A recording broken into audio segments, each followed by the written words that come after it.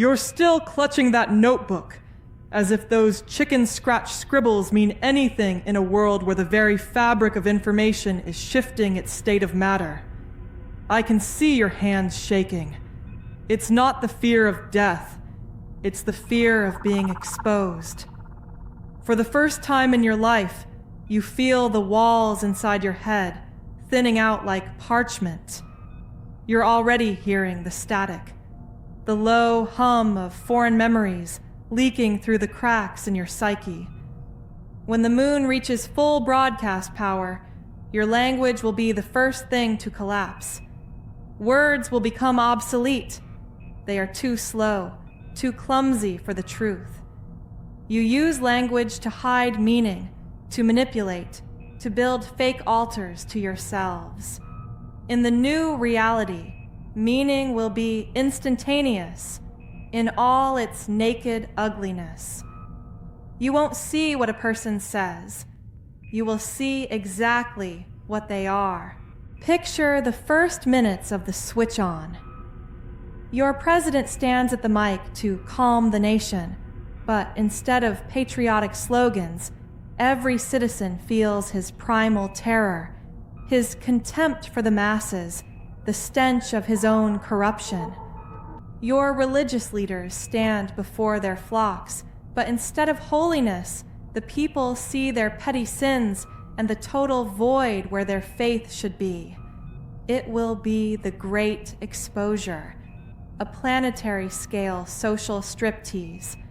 Your civilization is built on social contracts, agreements to mutually ignore the filth.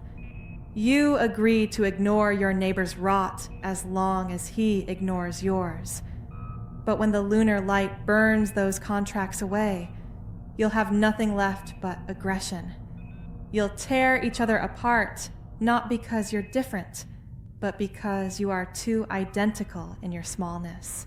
Your military in this very building is already scrambling. They're preeping missiles, aiming at the sky as if you can blow up the mirror hanging over the planet.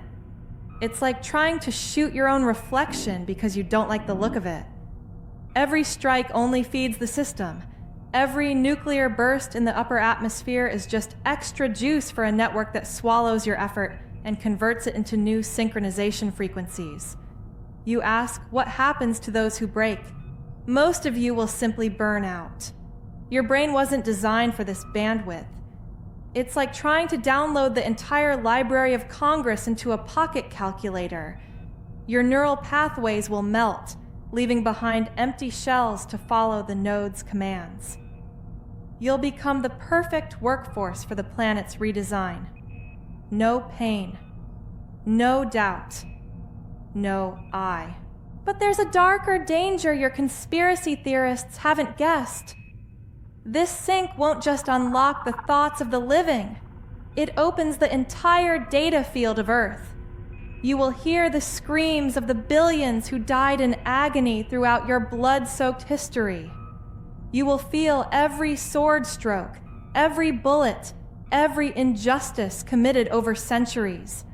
The collective guilt of humanity will become a physical weight on your shoulders.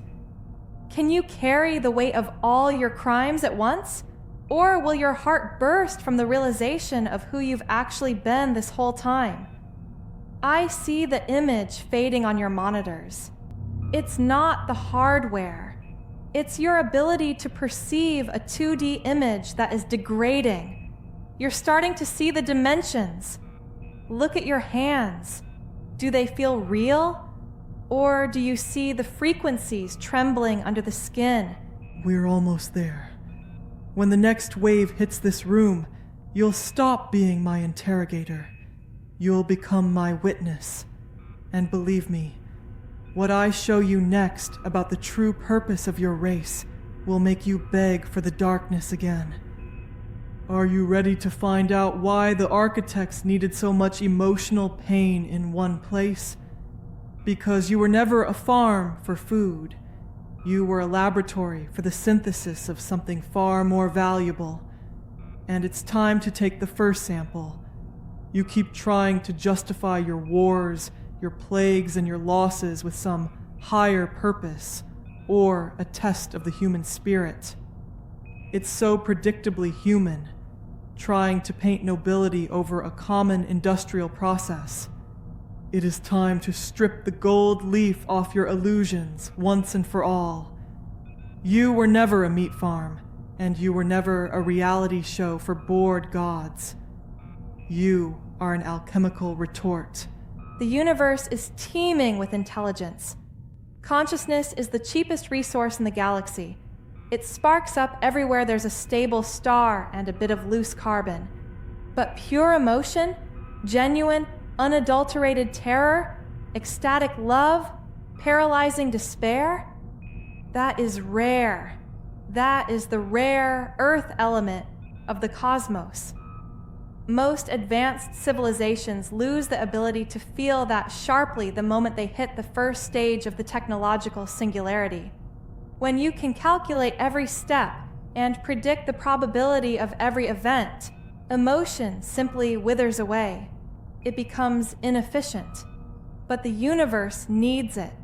It's a catalyst for processes that exist beyond the reach of your physics. Emotional energy, specifically the kind generated at the peak of suffering or the heights of self-sacrifice, can warp the structure of space at a quantum level. You are biological reactors, engineered to synthesize emotional concentrate. That is why your lives are so short, so chaotic, and so painful.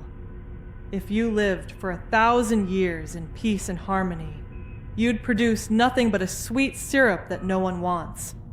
We needed the vinegar. We needed your capacity to hate each other over skin color or imaginary borders. Every war you fight is a mass discharge of high-density energy. Every broken heart is a flare we track from orbit. You're looking at me with horror. Do you call this cruelty?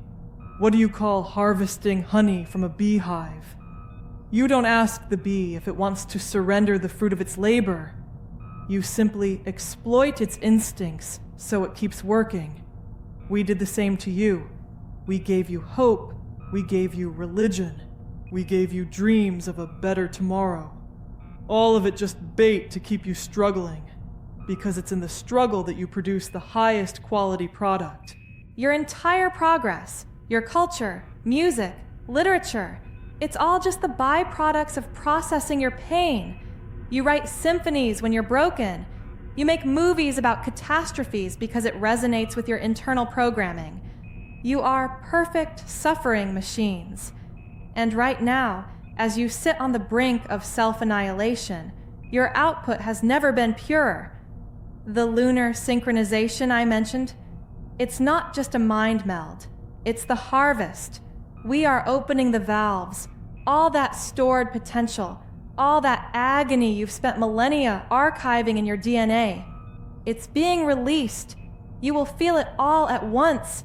A brief, blinding eruption of emotional plasma.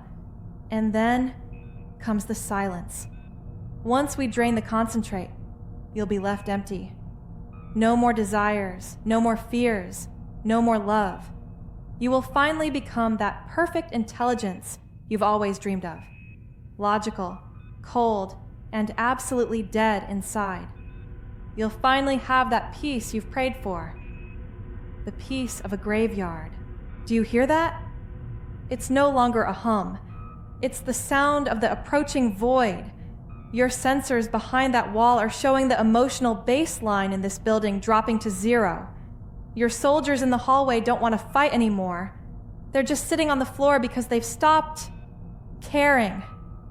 This is the beginning of the end of your humanity. I see you're still trying to be angry with me. The last sparks of your reactor. It's cute. Enjoy that rage while you can. It's the last real thing you'll ever feel as a human, because in 10 minutes, you won't even remember why it mattered. Are you wondering what we do with the harvest? Where the energy of your shattered lives goes? I could tell you about the new star we're about to ignite in a neighboring galaxy using your collective despair, but you no longer have the capacity to grasp the beauty of the process. There is only one question left for you.